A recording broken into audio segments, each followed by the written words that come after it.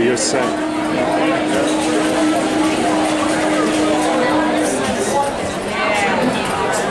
Well, he may go off and do his own thing. I know, like this, we need at least one scene.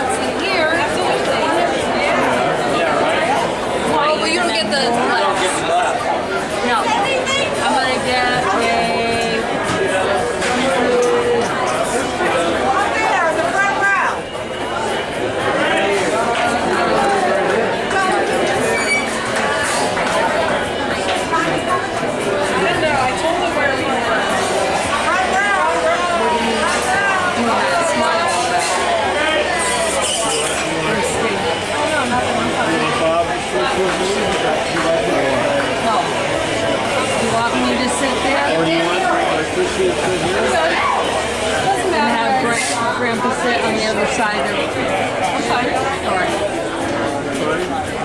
We're going to take it now. It's been 4 hours. Oh. Exactly. Motion sickness. Hey, let's start. Okay, cool. I'm just thinking of another half one. Ladies and gentlemen, welcome to the Punchliner Comedy Club. We have some fantastic shows coming your way this cruise, and of course tonight is no exception. Right now though, I want you to put your hands together as we welcome to the stage our Punchliner Comedy Club host. Make some noise for Red!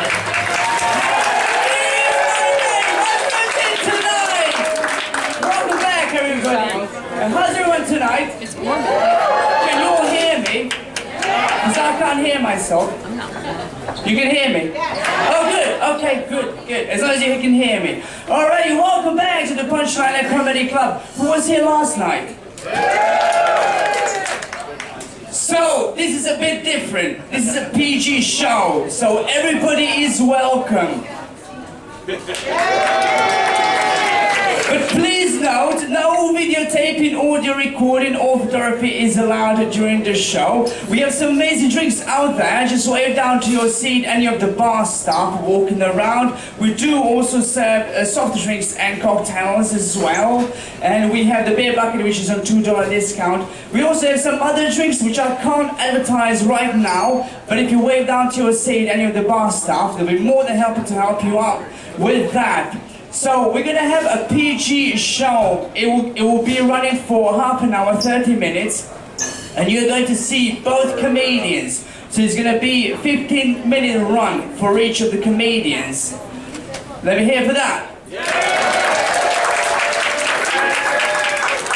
And then later on, 10:15 and 11:15, we're going to be back with R-rated shows only. Some of you are very excited when it comes to the R-rated shows. Okay, we shall see you 10:15 and 11:15 as well. So right now, I'm going to introduce the first comedian who's going to take over this stage. You may have seen him for a few years. He did the opening act for Cher, and he also performed on every single ship in the Carnival fleet. There's so many things I could say about this gentleman, but I'm gonna leave this stage for this gentleman first of all. On the count of 3, I want you to go wild, loud, and crazy for Tommy Drake, please!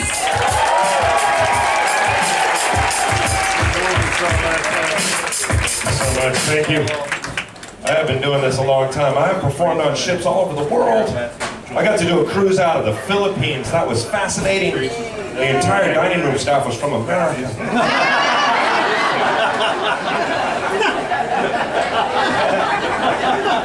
I go to a different ship every week. Different ships have completely different crowds. It depends on the length of the cruise, the time of year. I love this crowd. Look around the room. Multiple generations in the same room. That's great.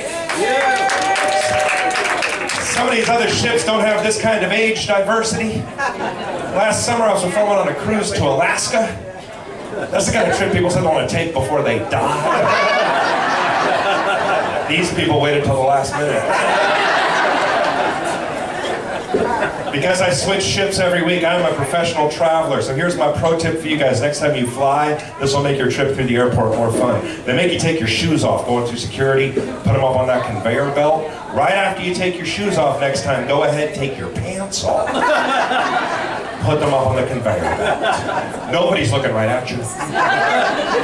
Everybody's worried about their own stuff. They only see you out of the corner of their eye. So don't make a big deal out of taking the pants off. Make it smooth and natural. Right after the second shoe, slip off your pants, fold them up nice, put them on top of the shoes. It's going to take practice. But if you do this right, people behind you in line will start to take their pants off.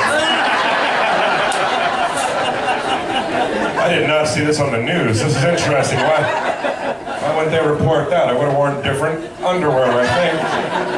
If I'd known this was coming. These are my comfortable, I'm going to be flying all day underwear. Not my strangers might see them underwear. I've had every seat on the airplane. Worst seat you can have is when there's a little kid in the seat behind you. I just had a wonderful flight. There was a 6-year-old boy in the seat in front of me. As soon as we took off, I started kicking the seat. Kicking. Tray table, tray table, tray table. Do I want it down? Do I want it up? I haven't decided yet. I think I'll play the drums for a little while and kick. Later on in the flight, I mashed my hand in my food, touched his hair. I got back at him for us. I'm kidding, they don't give you food anymore. The airlines are charging extra for everything. Delta made me pay for the bags under my eyes.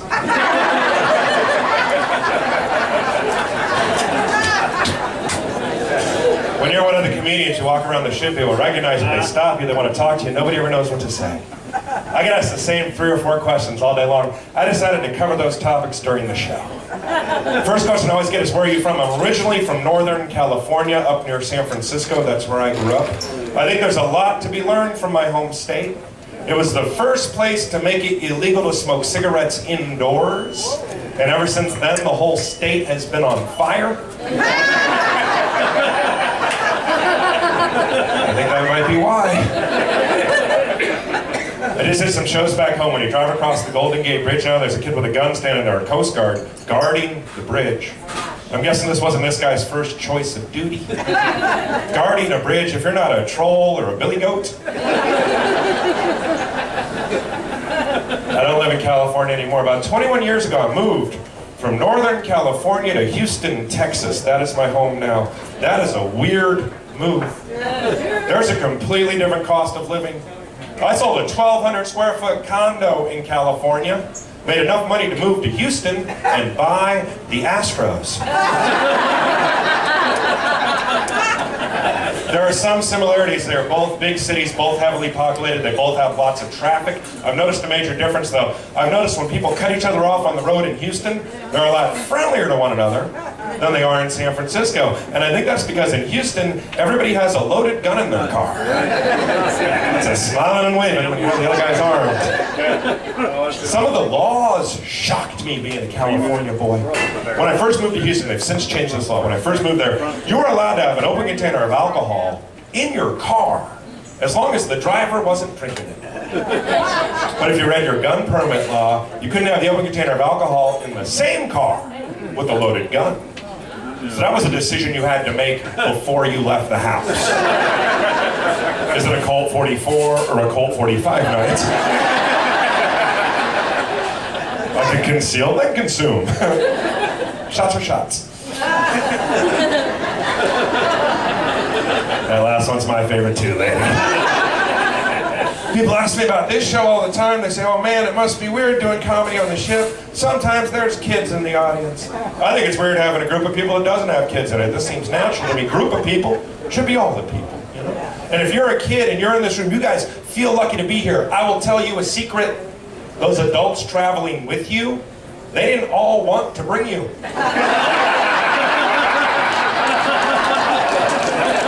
They argued about it. But some kids got left. You guys got brought. You must be the good kids. And if you're a teenager and you're in this room, all that means is your parents don't trust you. They don't want to hang out with you. They just don't want you hanging out alone. I'm jealous of all the kids. What a great time to be a kid. Kids have so much cool stuff now that I wish I had when I was little. Like the internet, and attention deficit disorder. Who knew me acting out and getting poor grades was just a cry for medication? I had to figure out I needed drugs all by myself when I was 18.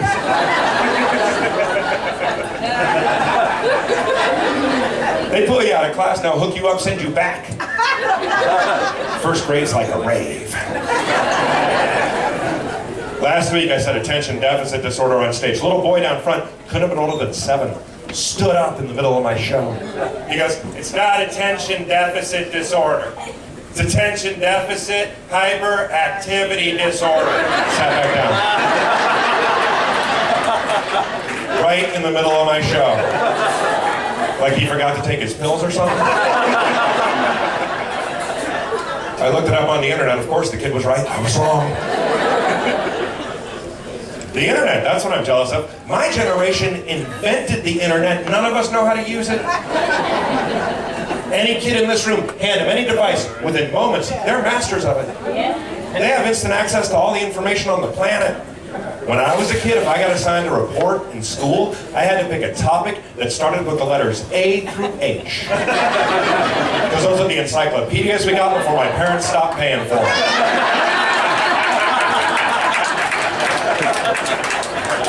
I tried to do a report on Constantinople. It said, see Istanbul. I'm like, we don't have I. This is due tomorrow. I have to pick a different city. Did a report on Abu Dhabi. First city I found. I recently had to change my internet password, so now I have to change my cat's name.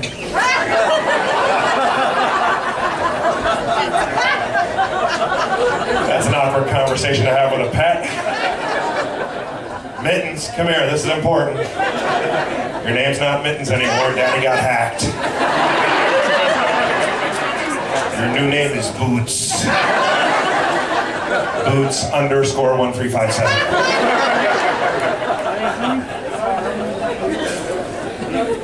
I'm definitely in this group. I'm going to refer to us as the old people. The old people are the ones that did not grow up with any of this technology.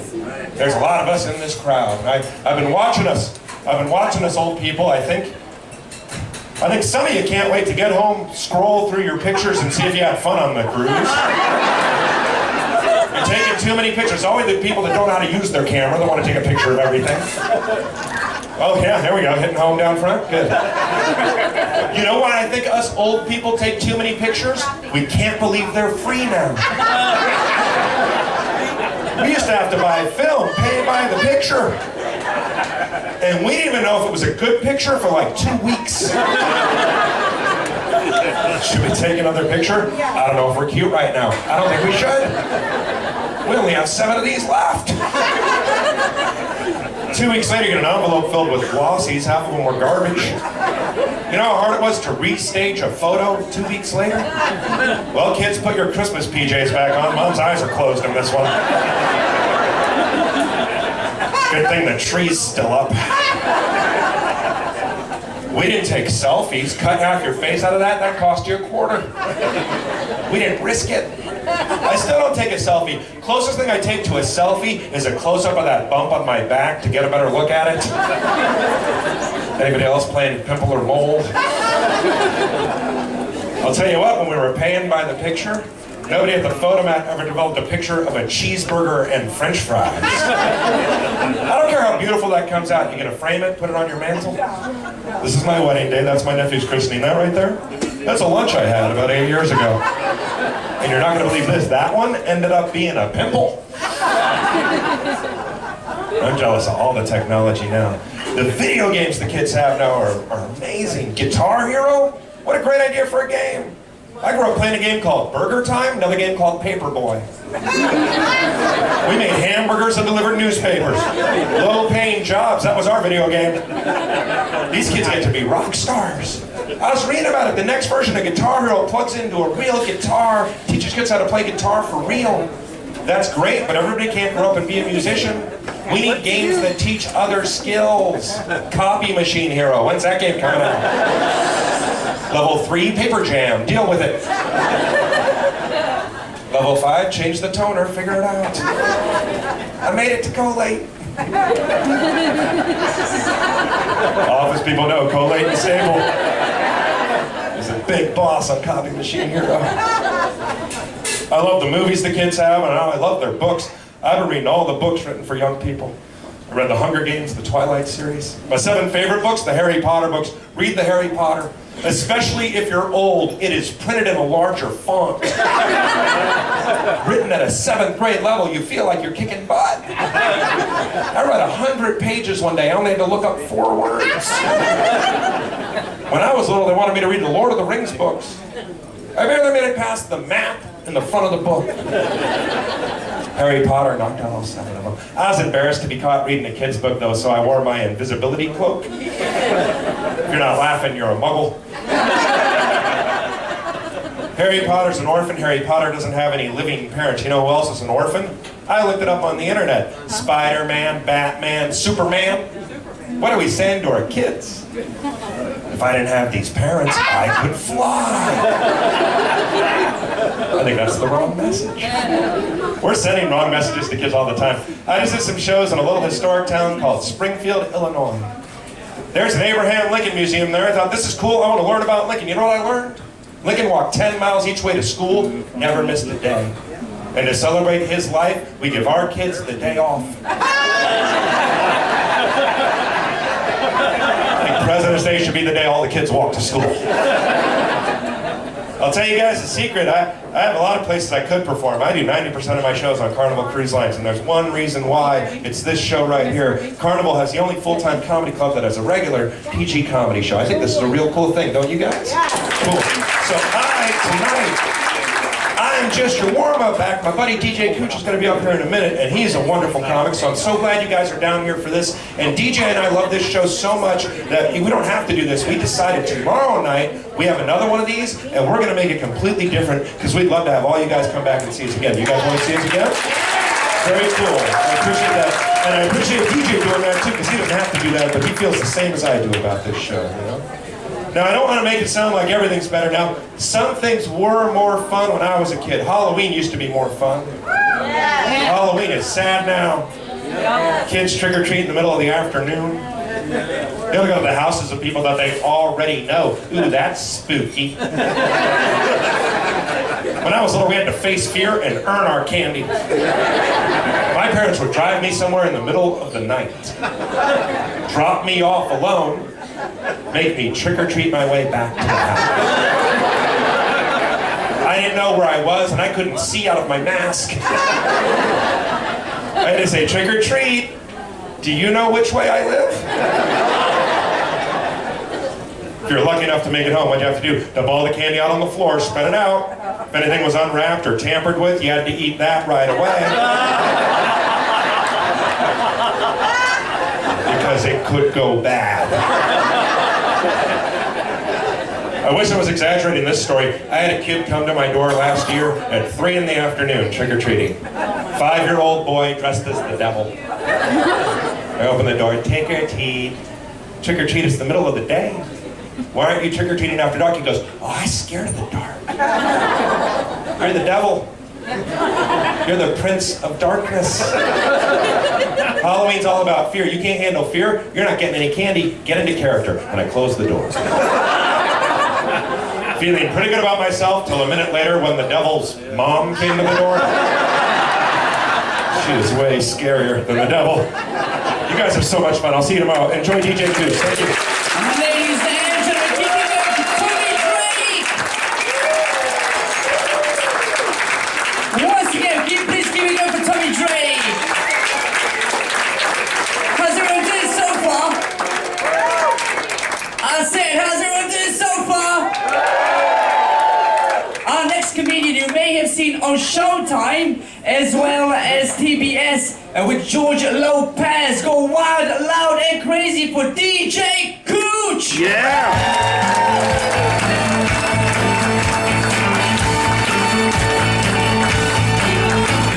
Sing it, turn it up, sing it. Everybody sing the song.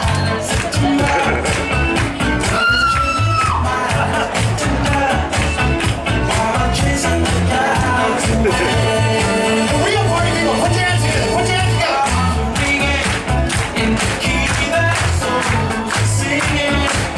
Everybody has to sing the chorus. Are y'all ready? Y'all ready? Very loud, like your mama was feeding you. Ready? 1, 2, 3, go!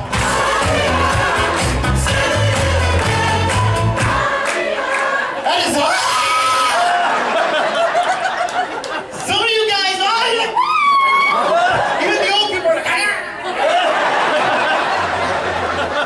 to all the children that are here tonight, round of applause if you're here. I played that song on purpose. I wanted to show you. That is what real music sounds like.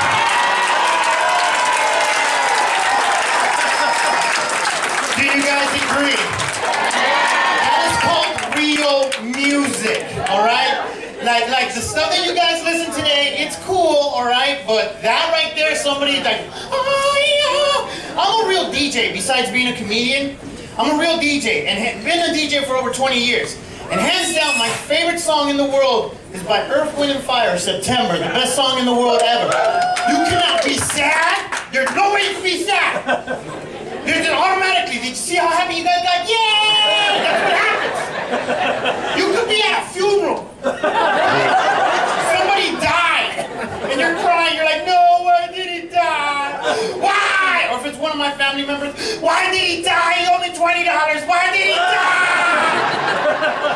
And you're having a really bad day, and you're crying, and all of a sudden a car passes by outside, like, do you remember? And you're like, hi.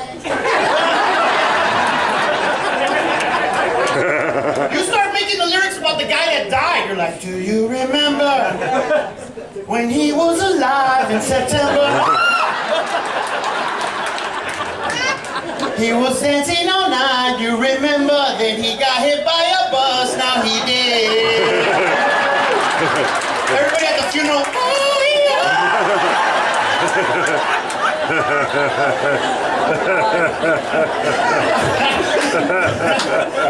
All you kids, man, I respect you because it's a new generation, you know? But like hip-hop, anybody like hip-hop? All you kids, you like hip-hop?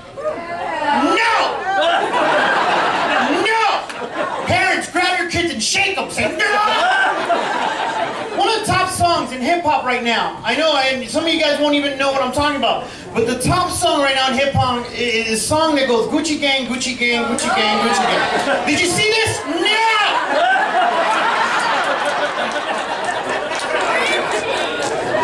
Gucci Gang, that is it. This is what the song says, and I'm gonna sing it. And tell me if I'm wrong. Gucci Gang, Gucci Gang, Gucci Gang, Gucci Gang, Gucci Gang. Gucci Gang, Gucci Gang, Gucci Gang, Gucci Gang. That is the whole song! Somebody wrote this at $1 million studio on purpose. These two guys got together and said, yo, we gotta make the best song ever. All right, what y'all wanna do? I don't know, let's write something on the wall right here. Gucci Gang. Oh, genius! We gotta add to the song. Gucci Gang. All right, cool. I'm gonna go to the bathroom. All right. Gucci Gang. Gucci Gang. Copy paste. Copy paste. Copy paste. Guy comes back from the bathroom. All right, let's keep writing. I finished. My nephew was dancing in the living room at my sister's house. Gucci gang, Gucci gang, Gucci gang, Gucci gang, Gucci gang. I tripped him. He hits the floor. He goes, "Why you tripped me, Uncle?" I go, "I thought you were having a seizure." Are you okay? I have no kids. I have a bunch of nephews, and I'm scared of you kids. That's why I'm kind of clowning on you guys, because you guys are too smart nowadays. My niece tricked me the other day. She Jedi mind tricked me. Like I said, I have no kids. I'm the cool uncle in the family. I don't get to see them that much because I'm always on tour. So I bought my whole family, all my nephews, as long as they're good in school, they get good grades, and they clean their room, and they're good kids, I will buy them whatever I could afford whenever I can. That's my rule. Right? I'm the cool uncle, right? So my little niece, 10 years old, Chana, she comes up to me, and I'm visiting my family in San Francisco, right? Just hanging out there. My little niece comes up to me, we're a little dressed and a little beautiful. They're like, "Hi, Uncle." I go, "Hi, Chana." She goes, "Uncle, can you please buy me a brand new PlayStation?" And I'm like, "Yes, I will buy you a brand new PlayStation. Anything you want, Angel, I will buy you a brand new PlayStation." She goes, "Yay!" And she ran away. But I do have a rule. I have to ask the parents. So I asked my sister Laura. I go, "Hey, are you cool if Chana gets a brand new PlayStation?" And my sister my sister Laura, she goes, "No!" I go, "Why not?" She goes, "Because she's been bad. She's been talking back to me. She's not cleaning her room. She's getting bad grades. She's hitting her little brother." And I go, "Oh!" So for the first time ever, the cool uncle had to say no. So I walk up to her and I go, "Chana, come here. Your uncle needs to talk to you." She goes, "Yes." I go, "Honey, you know I love you very much. You know I will die for you. But I can't buy you that PlayStation." She goes, "Why not?" And I go, "Because you're being bad. You're talking back to your mom. You're not getting good grades. You're not cleaning your room." She goes, "But I want it." And I go, "Well, you're not going to get it." She goes, "But I really want it." I go, "You're not going to get it." And then she flipped on me. She goes, "I don't think you understand."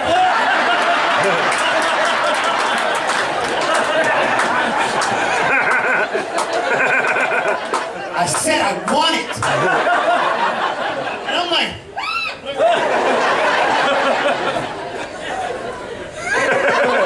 "And you're gonna buy it for me because I said you're gonna buy it for me, okay?" She went like that, and I flinched. I thought she was gonna cut me. She walked away, and right before she leaves the living room, she goes, "Believe me, before you leave, you're gonna buy it." I'm a man. I'm 43 years old, and I'm scared of the 10-year-old. So the next day, we're at the mall, and I took my nephews out, right? I took my nephews out just to spend time with them, and we went to watch a movie, and we're by Target at the mall. Now, the reason why I was in San Francisco at the time was because I was performing. I was performing in San Jose. So people kind of knew that I was around town, and some girl, this gorgeous, beautiful girl, you know, she looks at me, and she's all like, "Oh," you know, she recognized who I was.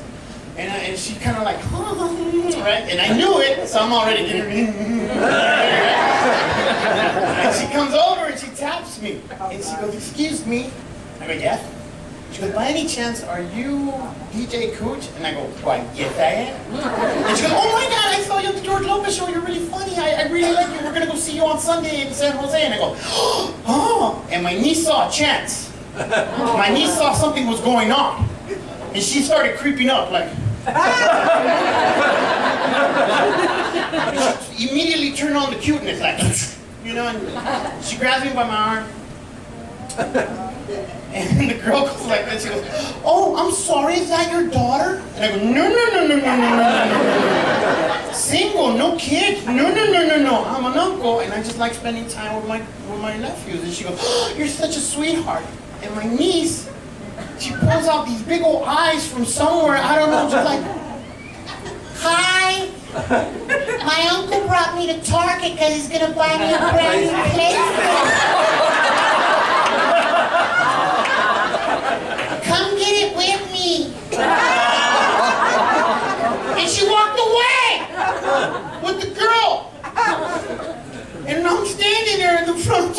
like, what just happened? And she turns around, guys, and she's all like this. I told you.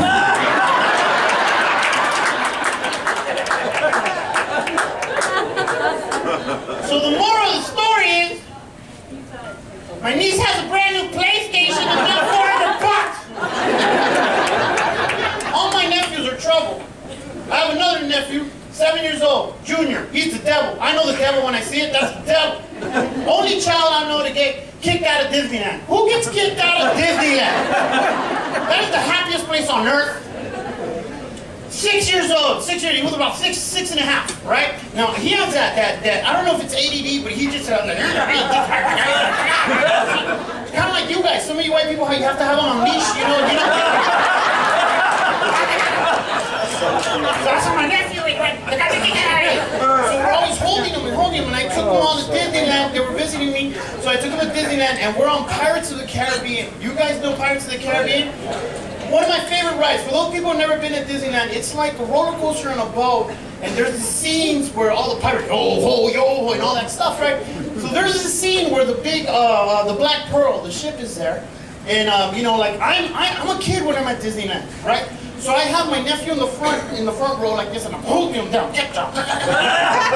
And he's like, people, yo, and at one point there was like an explosion, and I turned into a kid. I go, yay, right? We're there, like enjoying the ride, having $50 churros, everything's great, right? And I go, yay, and I put my hand back down, and my nephew's gone.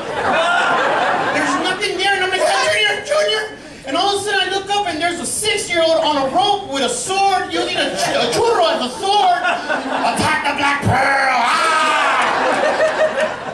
We got kicked out of Disneyland. Like Mickey Mouse came out himself and was like, you gotta go! Like bang!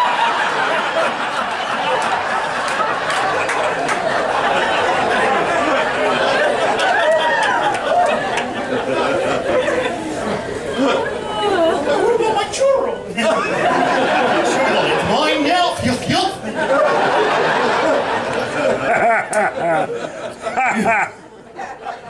I want to make sure I don't go over my time. I'm crazy like that.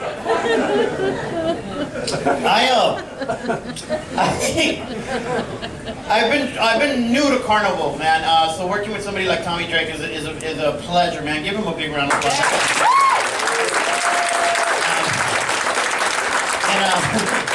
You learn a lot about yourself when you start doing cruises. As a comedian, you learn a lot about yourself. Like I'm very, I'm Mexican. You know, I'm any Mexicans here tonight? No? You're Mexican? There is no chance in the world that you're not Mexican.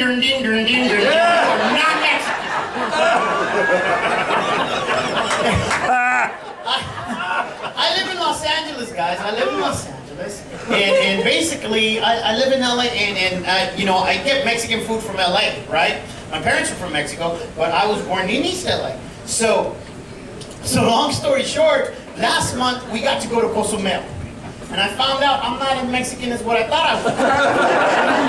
Because the whole time we're going to Cozumel, I'm all happy. I'm like, hold on, it's my wife. I'm single, don't worry about it. The whole time I'm all excited about going to Mexico, going to Cozumel. I'm like, as soon as I get to Cozumel, I'm going to eat with my people. I want real Mexican food because I'm a Mexican.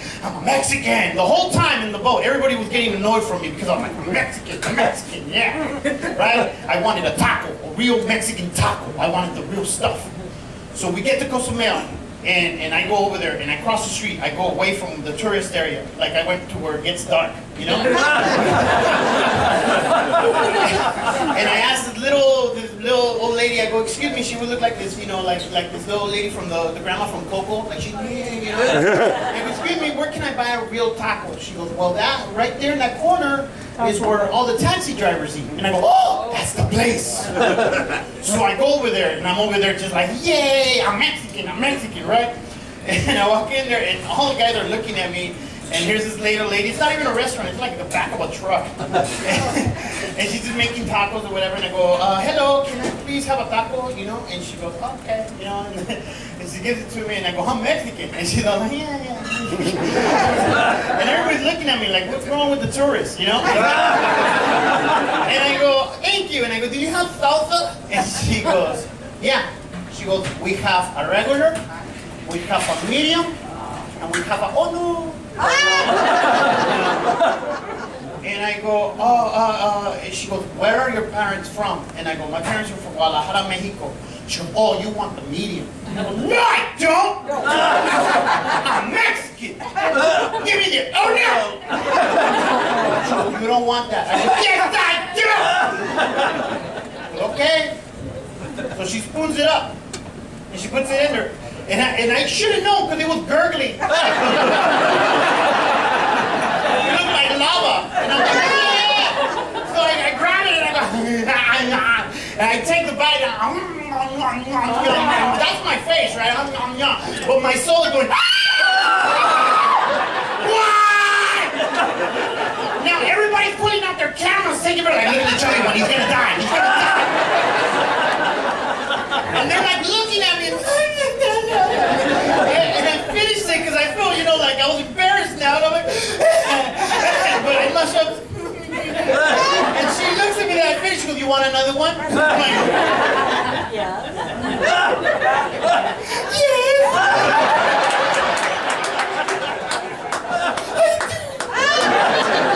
And now she double scoops it. And I ate that one too. For 2 days, guys. For 2 days. I couldn't take a poopy. I was scared. It was gonna hurt. It was gonna hurt.